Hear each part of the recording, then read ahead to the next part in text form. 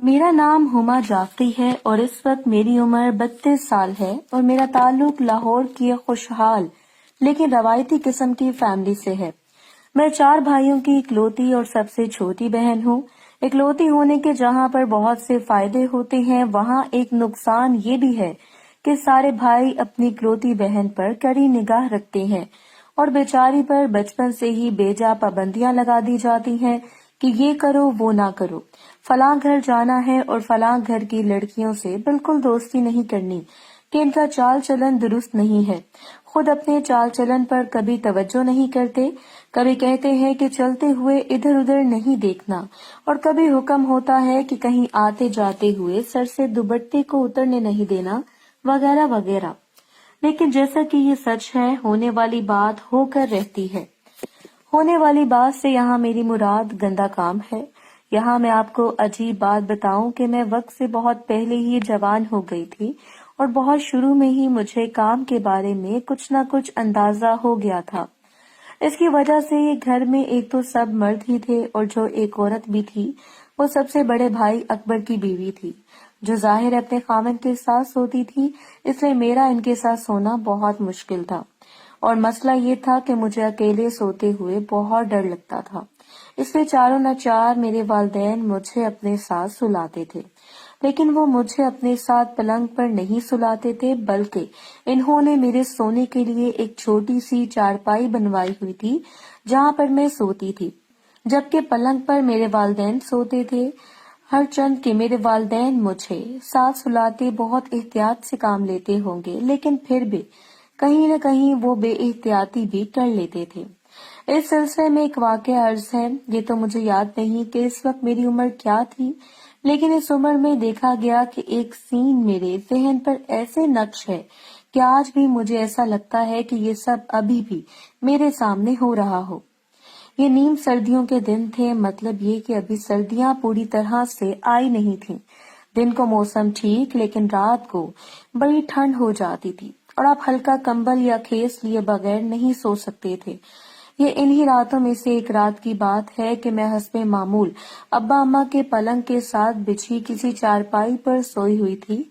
रात का पता नहीं कौन सा पहर था, कुछ आवाजों की वजह से मेरी आंख खुल गई। कमरे में जीरो का बल्ब लगा हुआ था और इस 0 वॉट के बल्ब से हल्की हल्की रोशनी फूट रही थी।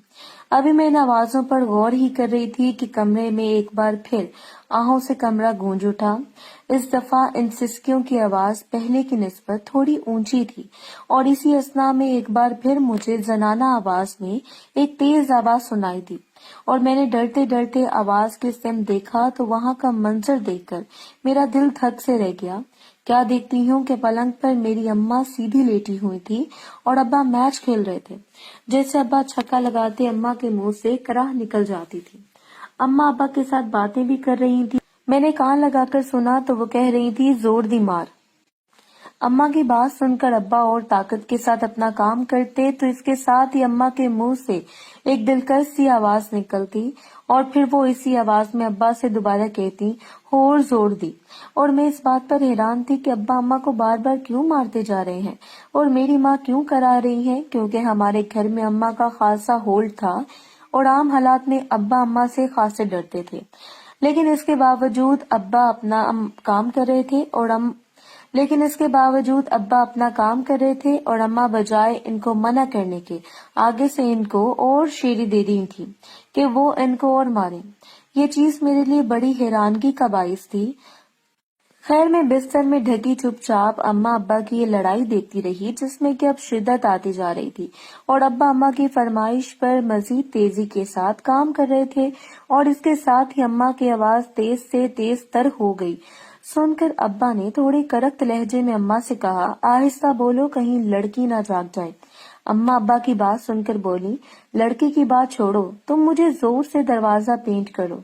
लड़की गहरी नींद सोई हुई है। इसके बाद मुझे ऐसा लगा कि जैसे कमरे में तूफान आ गया हो। इनका पलंग बुरी तरह से हिलने लगा और फिर इसके साथ ही मेरे कानों में अब्बा की कपकपाती हुई आवाज सुनाई दी, नीलो मैं गया। और इसके साथ ही अब्बा ने एक बड़ी सी चीख मारी और फिर कुछ ही देर बाद वो इन्होंने अपना काम बंद कर दिया और लेट गए और गहरे गहरे सांस लेने लगे। وہ اتنے زور زور سے سانس لے رہے تھے کہ ان کے سانسوں کی آواز میری چارپائی تک صاف سنائی دے رہی تھی۔ میں ابا اماں کا یہ تماشا دیکھ رہی تھی اور میرا دل دھک دھک کر رہا تھا۔ میری سمجھ میں نہیں آ رہا تھا کہ آخر یہ ماجرا کیا ہے، لیکن فطرتاً چونکہ میں کافی بزدل اور خاموش طبع واقع ہوا ہوں، اس لیے صبح اٹھ کر میں نے اس بات کا کسی سے تذکرہ نہیں کیا، اور کرتی بھی کس سے۔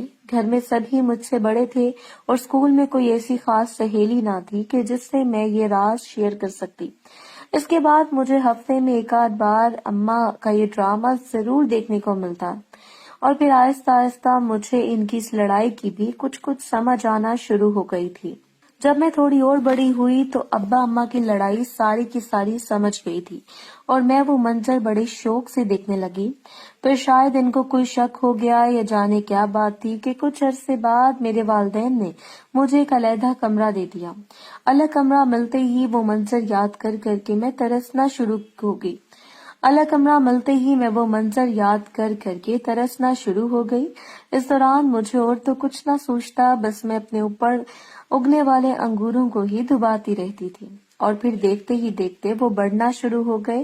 تو ایک دن میری سب سے بڑی بھابھی، جو کہ اکبر بھائی کی بیوی اور رشتے میں میری کزن بھی لگتی تھی، انہوں نے مجھے اپنے پاس بلایا اور انگوروں کی طرف اشارہ کرتے ہوئے مجھے ایک چھوٹا لیکچر دیا، جس کا لب لباب یہ تھا کہ اب میں بڑی ہو رہی ہوں اور مجھے اچھی طرح سے ڈھانپ کر رکھنا ہے، اور آج کے بعد میں نے کسی بھی صورت دوپٹے کو نہیں ہٹانا، اور ان کو ڈھانپنے کے لیے مجھے ایک ماسک بھی دی گئی، اور سختی سے تاکید کی کہ آج کے بعد میں نے ہر وقت پہننا ہے، اور پھر اس کے ساتھ میرا گھر سے باہر نکلنا بند ہو گیا، ورنہ اس سے پہلے میں محلے میں بغیر روک ٹوک کے پھرا کرتی تھی۔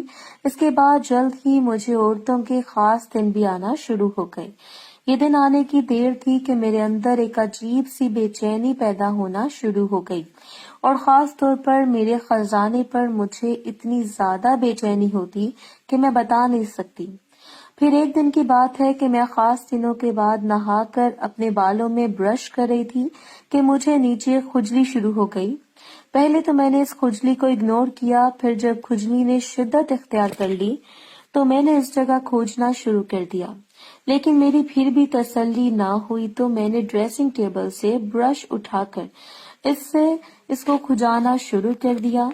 حیرانگی کی بات ہے کہ میں جتنا اس جگہ کو کھجاتی جاتی تھی، مجھے اس کام میں اتنا ہی زیادہ مزہ آتا جا رہا تھا، اور اس کے ساتھ ہی اس جگہ پر کہ جسے یونی کہتے ہیں، اس پر خارش تیز ہو گئی تھی، اور میں اسے اور بھی تیز تیز کھجانے لگی۔ کھجاتے کھجاتے اچانک میرے ذہن میں ایک آئیڈیا آیا، اور میں نے فوراً ہی اس پر عمل کرنے کا فیصلہ کر لیا۔